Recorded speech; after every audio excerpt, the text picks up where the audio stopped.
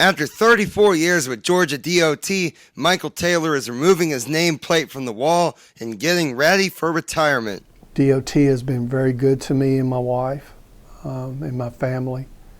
I've really enjoyed working here. It's been a blessing. You know, I'm going to miss it, but it's time for me to go. Taylor guided this district through several events, from snow and ice storms to tropical systems, including Hurricane Helene, one of the worst storms in the history of this area. And let's not forget what happened in 2021 when a truck struck a bridge over I-16. He was just all on top of it. He was 100 miles an hour, trying to get everything in place. The last thing he wanted to do was not have all his bases covered.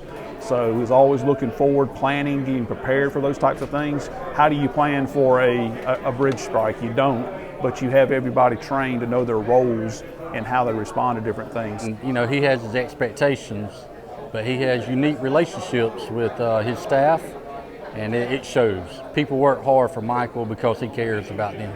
I've learned from every single person. Even though I might have had disagreements with them, you still can learn from everybody here, especially the old veterans that whenever I first started in '89. Michael had a ton of experience, a wealth of experience, both in construction and maintenance.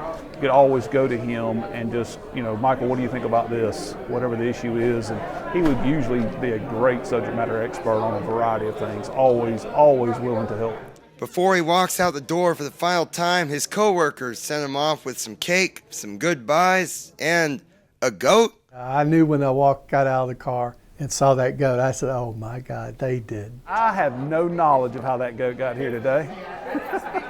The goat has a double meaning. You could say it's a tribute to the goat of maintenance, but there's also a story. Years ago, this ad popped up in the local paper saying, "Free goats," with Taylor's personal phone number listed, and his phone started ringing all the time. That's probably one of the most epic practical jokes ever played. Michael was so mad he came to my office while he's telling me what's going on.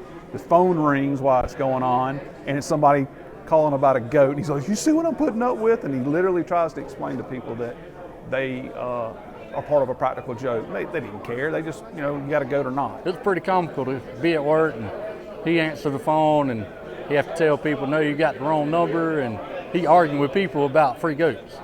So it was a pretty good prank there. Initially, I was kind of perturbed, but after the fact, as I'm sitting here today, I can laugh at it. After 34 years, everyone at GDOT thanks him, congratulates him, and wishes him the best in retirement. He lives and breathes it. He loves it. He's going to miss it. He's tired right now, but he will miss it. There's no doubt.